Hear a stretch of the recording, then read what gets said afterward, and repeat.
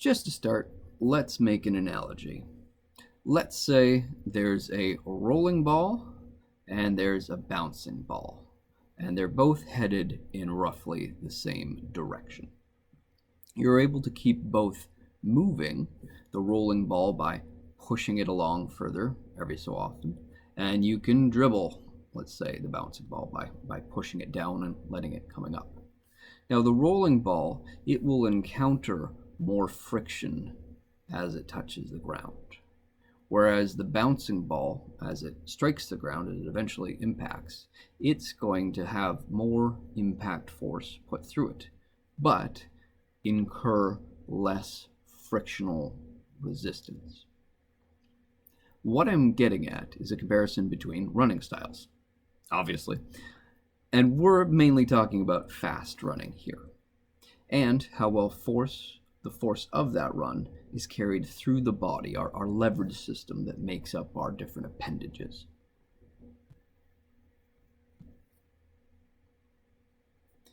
I'll be clear. I'm comparing here some of the elements of the Goata method to the average person's method of running and how they might sprint in the fastest way they possibly can. And I'll be comparing that to a smoother circular movement, a circular way of styling your motion, if you will, or moving through the running phases that the Goata people tend to use. Now, I don't think high-level athletes are doing what I'm comparing to. I don't think they're doing this type of linear slamming motion, at least I certainly hope not. But I feel that the average person very normally is known to sacrifice safety for speed. So this is how I think circular motions in running could work. I don't have the capacity to put any kind of large, thorough testing up for review or even conducted in the first place. So instead, I'm going to try to make sense out of the method using reasonable applications of anatomy and force. One of my absolute favorite things to do, actually. Which means I'll also probably be wrong on a few parts. I am okay with that. I also have to say that this is a training method, so don't just try and do any of it, period, without supervision or permission from someone who knows better. In this case, there's a specific source you can go to for the information if you wanted to learn more. Though I have to mention, again, I'm not sponsored. To be very clear, I'm not sponsored. If I were, perhaps this whole venture might be worthwhile. Okay, to make this completely clear, much as I possibly can, these are the main points of the entire video. 1, hard impacts may generate more propulsive force in the short term, but may cause more injuries in the long term. 2, circular movements are natural to the body and generate power consistently and safely. 3, smooth, circular motions take more accuracy and precision, but could prevent injuries. That's not a bad thing. For illustration purposes, I'll mention too that I've had to exaggerate certain elements. This pelvis, for instance, is confusingly large. It doesn't quite work. The proportions just aren't there. This is a top-down view. Looks kind of like that. It'll work. As well, this stepping that I'm going to be talking about, moving the foot from side to side, of front to back, is very much an exaggeration of how far one steps out. But that's okay. We're going to figure this out, and it'll make sense. I'll explain it as we go. So first, let's talk about ground contact, how we hit the ground, which will be, I guess, more this one. There we go. So when running, we tend to think about pushing hard into the ground to propel us forward. So this leg comes down, and a combination of that and back, especially in this position. This does propel us forward. It summates like so, and it definitely does propel us forward. It does a good job of that, but it changes the way the force of that movement comes through our foot and legs. Now, this is most effective. We're running at full tilt here, remember. This is most effective generally at a bent forward position, what we might call a flexion there. So we're more parallel to the ground. So if this is the ground line, we are very much at this type of an angle, an acute angle, really. Now, when we do this, it's really more of a controlled fall. We're trying to prevent ourselves from just hitting the ground. We're doing a good job most of the time, but we're trying to prevent ourselves from hitting the ground. So we must push down at least partially. We must push down like so, then back with the foot. We're generating, by pushing down and back, we're generating an upward force, something to contrast what's going on with our falling forward. Gravity is always trying to bring us down, so it's an effective way of moving forward for the most part. However, when we do this and we instead are slamming our foot down when we land, when we strike it into the ground very, very hard, it is a hard impact. And this should not be our primary goal when we're running. Remember that your entire body weight, all of it, all that body weight, I don't know, it's green, all that body weight is then going to be impacting that foot, or it's going to be loading into that foot. It's now just on a single foot strike or heel strike, however you want to call that. And at times, potentially, it's just running through a few of the toes. As that foot rolls, which we'll talk about in a second, it's going to be loading just a few toes, maybe even, one at a certain time, depending on the way we come off that foot. And certainly, the foot is more than strong enough to take on that force. It's definitely capable of doing that. But the problem is, it's probably not capable of doing it at a hard, forceful impact indefinitely. It probably can't do it forever. And all tissues of the body, they are constantly being reshaped by how you load them. So if you load them poorly for too long, they can change shape to fit that habit, even if it's a bad habit. So if instead we could find some kind of way to do a similar thing, forward propulsion while resisting falling to the ground, and do so without a hard impact, do it smoothly, we might be able to prevent direct foot and ankle injuries better. So to achieve a smoother, lower impact movement, we need a smoother roll from our foot contact point to when the foot actually lands on the ground, to when we go to those toes. And when those toes finally come off the ground. So remember, I'll just mention, this is fast running. So generally there isn't really a heel strike. That's more for walking or maybe like a light jog.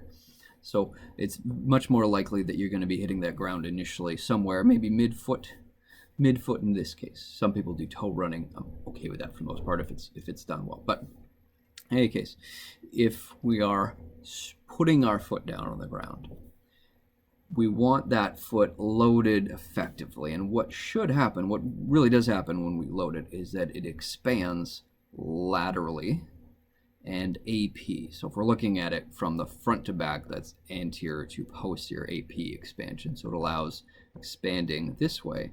And then if we go up to more of this is a inferior, a bottom look at the foot, we're going to see a bit of expansion this way as well. We want those toes to expand. In fact, there's a ligament that spans along in between the toes. There's actually many ligaments and muscles, but there's a ligament that spans in between here, intermetatarsal ligament, that are actually built to reinforce against this stretch. So it must be happening normally. So as we load the foot, you can expect that it's going to expand a bit.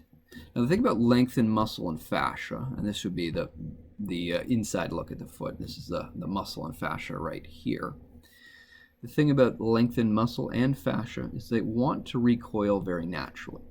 And as the foot rolls through, pushing off with the toes, going back to this image, as it rolls through going to the toes, it actually remains in this expanded position.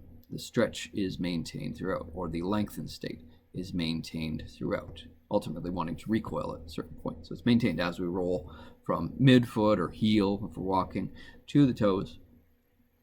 And what this does is it actually sets up the stretch needed to recoil. So after that muscle expands, what it's going to want to do, or even automatically, neurologically do, is shorten that tissue. So those tissues will shorten along the same line, reversing what happened. This is true of muscle, but it's also true of fascia. That's a little more passive. Some would argue that it's actually active. I'm okay with that. Good either way, but it does want to naturally recoil. And this will set up the toe position, the flexion of the toes, the bringing of the toes back like this, or going from a more static position or a loaded position on the ground to a flex position to get that toe to push off. They are strong enough. They are strong enough, these toes, more than strong enough to generate force and active enough to take on that body's weight without being damaged the vast majority of the time, most of your entire life, and push it forward. Keep that whole body moving in a forward direction. It's more than capable of doing that, keeping that going in a forward direction. The toes, tiny little things, are capable of doing that, even though the entire body weight's on it. Moving at speed, no less. Moving at a high speed, which multiplies our weight. It's not just the weight of the body, it's more than that. And not only that, this works even in shoes, this reflex or this contraction relationship, this stretch and contraction relationship.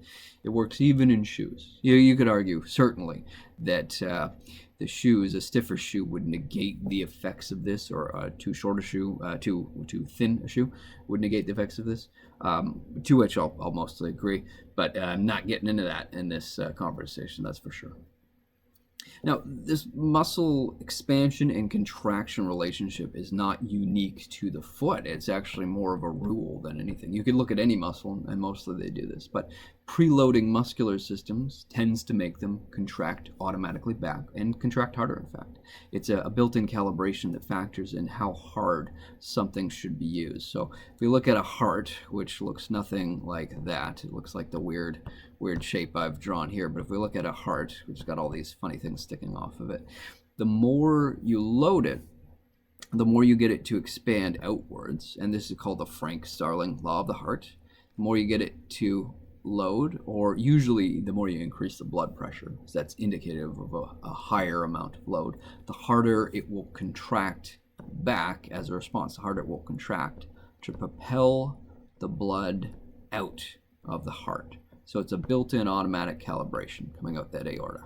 So all that blood, all that extra loading you gave the heart, well, it's going to contract more in accordance. The more you distend those tissues, the harder it contracts. It's an automatic built-in reflex. Again, not unique to just skeletal muscles. And even the lymphatic system, lymphatic vessels, their muscles do very much the same thing.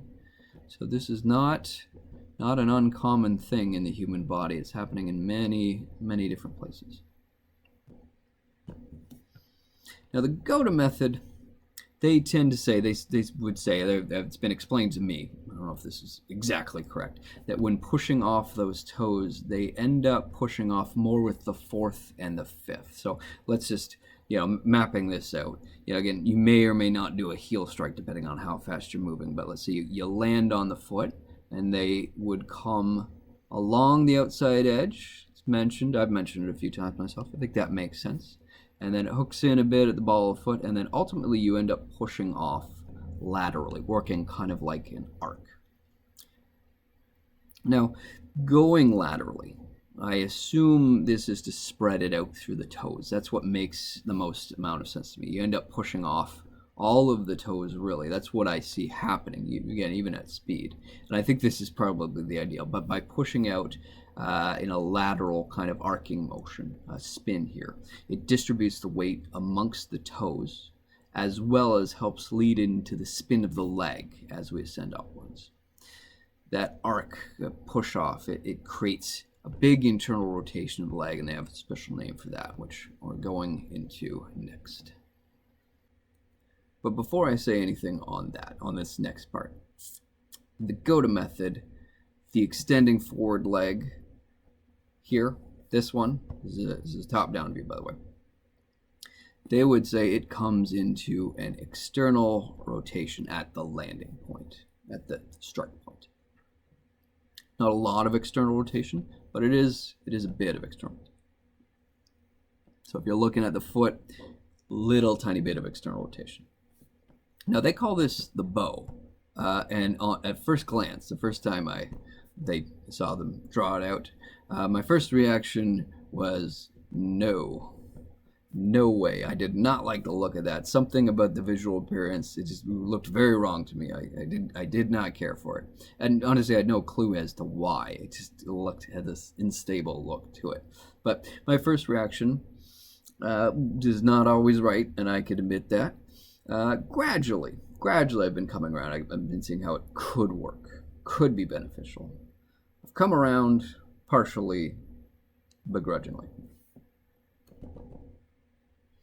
Anyways, if we come into ground contact, if we come into the ground contact with that foot, with the forward foot, and it's even slightly externally rotated, just a little bit, even if it's mostly neutral, for the most part. And again, I'll just mention that this image is an exaggeration. We wouldn't be doing that with the foot. The foot wouldn't be going so far out. Usually their steps are quite closer together. As we take that step and pull our body forward, there's going to be just a bit of a twisting motion that's needed with that foot, because we want to get it back. We want to get it back this way. And we're going forward before we're going backwards now. It's going to be a little hard to understand. Anyways, there's going to be a twisting motion that comes through the foot and the ankle because of that external rotation, as small as it is. And then this will trace up the entire leg. It should come through that entire leg. That's the wrong color. Let me do that again. There, come up through the entire leg. And because of that, let's say this a couple times, when the forward side of the body pulls, it will pull the backward side forward. So this leg, all this is very not that complicated. So as this side is pulling through, and again, it'll be more of this motion, but as this side is pulling through, it will help to pull the back part forward. And this is that constant exchange we call running. At the same time as this, you roll through the ankle, like we talked about before, going from, some midpoint to toe off. The twist of the ankle makes it likely so you're on the outside edge of that foot again. So you end up loading the outside edge more so, which I think is exactly what they're going for. They see that as a strong structure. Now, I won't go into great detail here, but what I see in the foot, I see similarities in the twisting at the end point of a karate punch. I'm sure there's other styles that use this as well, but I see this as a very similar thing. At the point of impact of a punch, and there is a twisting motion that happens where it goes from up to down, or what we call supinated to pronated. The turning of that fist on that impact point actually generates quite a bit of force. And I can see that as well in the foot here. It's slight, it's not as dramatic, but over the course of an entire phase of running, it's probably going to have a big impact on how everything works and how the whole running system comes together. Continuing up into the thigh, as the leg reaches out in front and the leg behind drags, if you will, not literally drags, of course, but it's being swung forward, it creates a bit of a pull. It's a weight, this thing to move. So we have to find a way of moving it forward. With all that, with the difference in leg position, there should be a little bit of a twist in this pelvis by comparison. One side forward, one side backwards. A little bit. Again, I've exaggerated here just for illustration effects. And this will come up, this rotation will come up through the spine, usually L5, S1, this pie-shaped thing. That's the sacrum, I guess. And L5 sits on top of that. And then we'll have a higher point, and I'll just pop this up. Let's say these are the arms. There'll be some point in the thorax at around T11 and 12, typically, that we get a good rotation through. That's usually where it is. So some of this rotation should come through the spine as well. Now, this is only provided the body is loose and relaxed enough to allow for this. With this twist, this twisting of the body, some of the ability to pull the body forward, to pull this backside forward, is dependent on what we call the adductor muscles.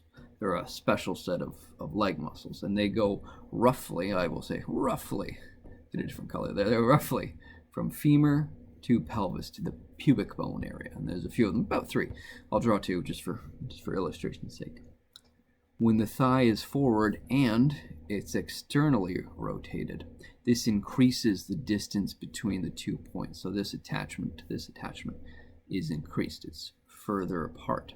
And so again, this creates the necessary pre-stretch to start contracting those muscles, pulling the pelvis in a rotational motion. Because of this attachment, because of this angle here, it's going to pull the pelvis opposite of the position we've put it in by stepping forward. It's encouraged because it's stretched, so it wants to recoil.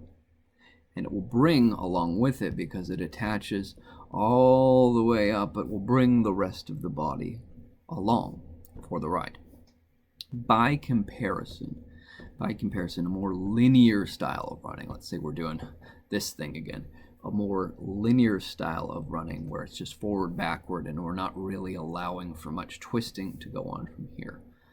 It's going to mainly use sagittal plane movers, so the ones that go backwards and forward, hamstrings, gastrocs, quadriceps, for instance. It's mainly those guys. And when we're leaning forward in this way, because we have this big separation here, everything is kind of loaded out. The joints are kind of at their max flex position. Even the tissues themselves, the tissues of the spine, are lengthened so that they can't really go any further, and this makes it even harder to generate the twisting motion through here. So we're probably not going to get a lot of pelvis twist going on. And I feel that this may explain the prevalence of hamstring issues that are so common, this linear style of running when we're forward. Because if it just so happens that we're meant to run, we evolved to run using a bit of a twisting motion through this leg that it better engages the quadriceps, that better engages the spine's contribution, and therefore the arms. If we're meant to do that, and instead we mainly go through one set of muscles at one point in the form of the hamstrings, when it should be 2 or multiple, probably more than I'm even mentioning. It should be multiple, then probably loading it on one might increase the amount of hamstring pulls that we tend to get. Now, high speeds, of course, you really can't account for anything, but I think there could be something to that. Ultimately, this leg rotation that's created here sets up the arm rotation and the trunk rotation. So we've established that the leg will pull the opposite side of the body forward.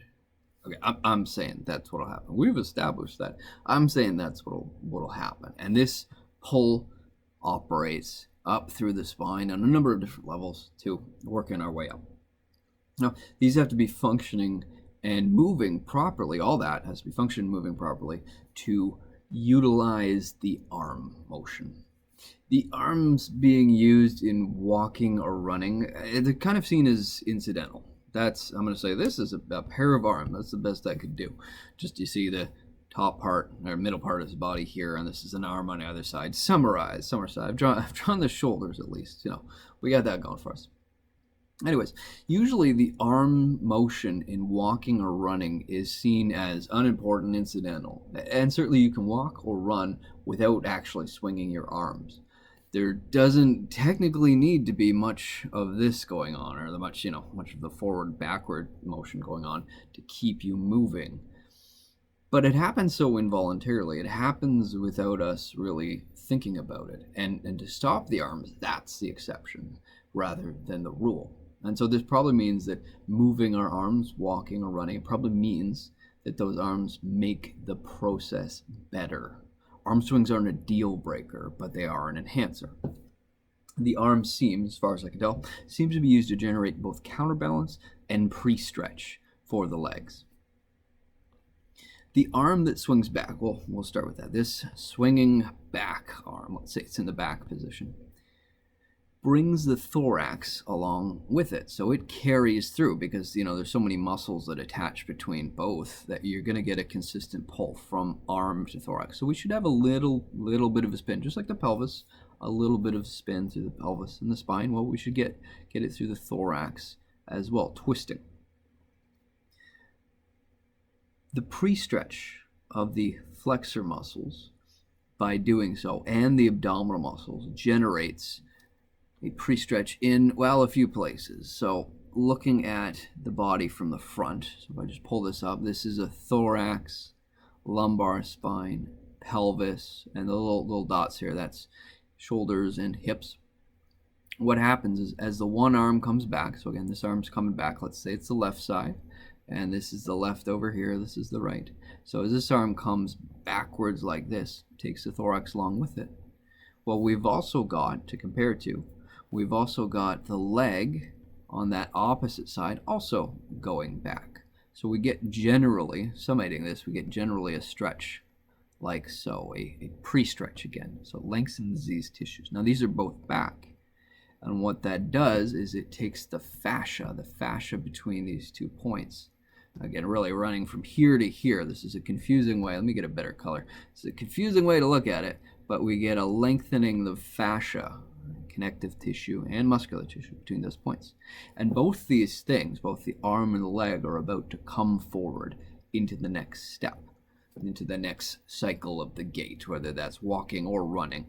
I'll say this is probably emphasized a little bit more by walking, but they need to be activated shortly after because of that involuntary contractile and recoil nature to the tissues that will set this up really well. But at the same time, what it does, this back arm, it sets up a point of counterbalance.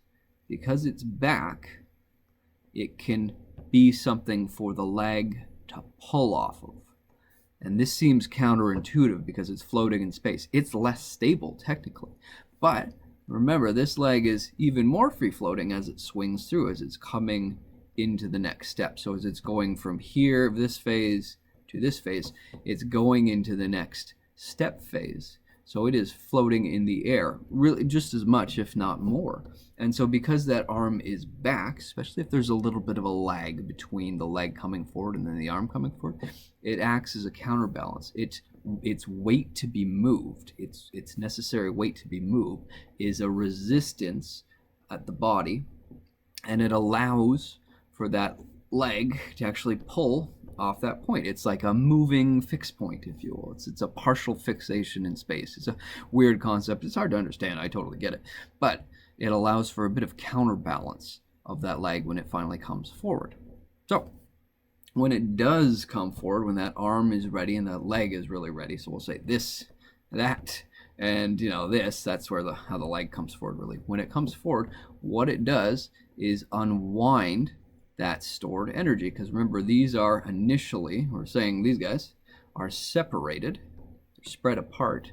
Well, they're going to want to recoil. So this unloading the tissue helps to shoot the leg forward and helps to shoot the arm forward. So they tend to release the energy that they've stored in the form of tissue stretch.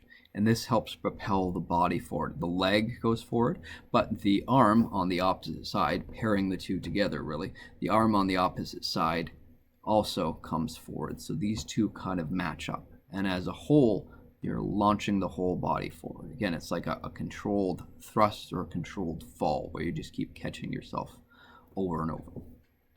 Now I will say, this is only a little bit of a twist when it comes to the arm swing and the spine, and it's even less so when we're running, especially at high speeds. But it is still happening. Still a little bit of that body twist is happening, and if it's over a long distance run, it's meaningful, even though it's small. Small things add up over time.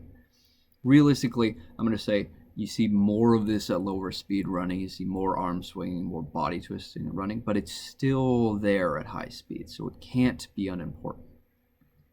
Now, all of this stuff, I also have to say, all of this twisting and turning and countering through the entire body when we run or walk, it all looks like a lot of extra work. But because the body is working together to create curves that allow for fluidity in the motion, and it also avoids jarring motions, that bouncing motion, hard bouncing motions, the analogy I started with, that otherwise create losses in momentum or forward motion. All of this twisting stuff actually might create more efficient motion, efficiency, and this can result in an easier way of motion that requires less energy to constantly put into rolling it along, less energy to keep it moving. And quite likely this will help reduce injury as well. So combining this all together to make it as clean as I possibly can, taking into account as many of the twists as I possibly can at the same time, we'll start low and just work our way up. Just kind of summarizing, that's all. So if the foot ends up in the bow or in the slight external rotation position, to come out, again, it has to do a little bit of a turn. But to get from the forward to backward position, essentially switching these two guys here, to get from forward to backward, it has to arc inward a bit. We want the feet kind of coming closer together. So if this is the front foot and it stays, you were saying it stays stationary, it has to come in like that. You know, we could say it comes here. Let's say this is the back position here. So it's part of a small and a bigger set of curvatures. I think the Goata people will agree with me wholeheartedly on this. Now, this not only is a curvature in that particular plane. Let me just clear some of this stuff up. It's in that particular plane, but you can look at it as well in the side view picture. So this is a roll here going, however you want to say that, you know, going from one to the other, but that's part of a bigger roll that happens. So as we hit with the foot, there is another rotatory motion that happens at the knee and at the hip. So these are major and minor little spins, little rotations that are happening throughout. Combining those two together, we get this basically a spiral up the leg, up the leg, going all the way to the hip. That's not how it's drawn, but bear with me here. Now, that being said, we can reverse this whole thing downwards. As the arm twists, as we get these arm swings, they're going forward and backwards. I would also argue there's a little bit of internal-external rotation of the arm too. Not as much during running, but internal rotation of the arm. And then we got a bigger curvature coming through the thorax, down the spine, rotating T11 and 12, L5, S1, down into the pelvis, spinning the pelvis, a meeting point of those forces. So creating these big twists, again, this is something the Goata people are talking about. I can agree with that. I can see how this would create those things, these spirals, these bigger and smaller spirals within spirals. When these two spins are combined together, and though they technically oppose each other, though they're technically going opposite directions, they build energy, they store energy by separating the tissues as we expand and contract and expand and contract throughout any part of the body. This is storing energy in the expansion and releasing it in the contraction, the shortening, or the recoil. With every exchange of the feet and arms, they unload that energy, propelling the body forward smoothly, efficiently. It's more smoothly and efficiently than they would without it in any case. Again, a more linear running style where we're just slamming our feet into the ground arbitrarily. It's not going to work nearly as well for efficiency. It might be faster. That will be my one caveat to all this. It could be faster in the short term, but in the long term, it just doesn't make sense to do that. So it's for these reasons. I think that the Goata method may make sense for efficiency as well as injury reduction. Time will tell, though. That's all we have. If the Goata group can put high-level athletes out on the field who are fast enough, and they just have to be fast enough, and can last longer both per game endurance-wise and the entire length of the career, that will be what decides this. That will take theory to truth.